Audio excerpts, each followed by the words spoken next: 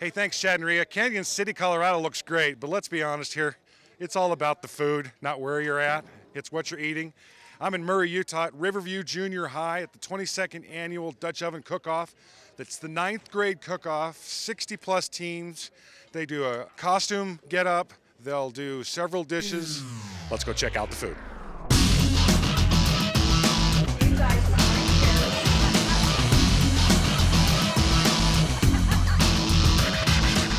Going over to talk to Janet. She is the founder of this handy-dandy cook-off. I've watched this progress from a few students to, you've got 60 teams here today?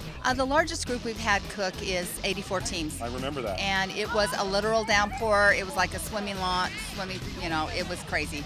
But the kids cooked and had a good time. So how long has this been going on? Roger, this is our 22nd year. Wow. Yeah.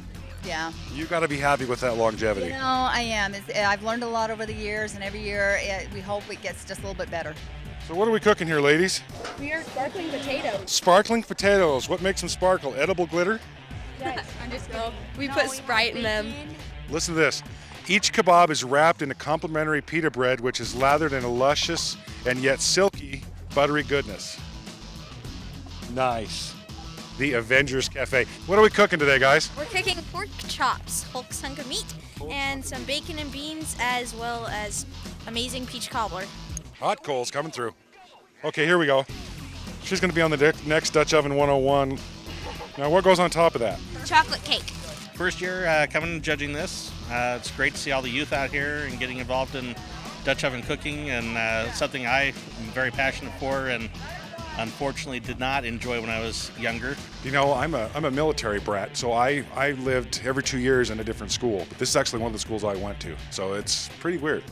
Essentially what happens here is you have 3 groups of judges, because there's no way you can taste 60 teams. Each of them has 2 dishes. That's 120 dishes. There's no possible way to do that. So they bring them in one at a time. The kids come in. Usually they got a wagon, they're carrying the food in, and they put it up on the table, and hopefully they don't drop the Dutch oven lid. And then we get one guy or gal in the group, they start cutting up all the food, and we ask them questions. You know, will you cook? How often have you tried to cook this? Or were you going to cook it again? Or are you going to keep cooking in a Dutch oven, that kind of thing? And then we ask them if they have any questions for us. We usually try to give them some direction, maybe a little more heat on the top, a little heat on the bottom, that kind of thing. And then send them on their way, and then the next group comes in, and it's one right after the other, right after the other. Now, did you guys make these chips from scratch too? Okay. Got them at Costco. Pizza can be a little tough, the way that they did it, but you know, for 9th graders, it turned out all right. This is pork roast that we cut in pieces. That's a moneymaker, ladies. Hey, That's a good one. Whatever you're charging for that, double it. You'll get it. Steve, I don't think you need to taste that. Well, there you have it. Dutch Oven Cook-Off at Riverview Junior High. 60-some-odd teams. I'll tell you what, I am stuffed to the gills. But it does my heart good to see a school come out like this. The students, the teachers, the parents, the administrators. This is what it's all about. The whole 9th grade is out here. They've been cooking since 8 o'clock this morning. We'll take a break here on At Your Leisure. I'm Roger B. It's not Dutch Oven 101, but it is a cook-off at Riverview Junior High.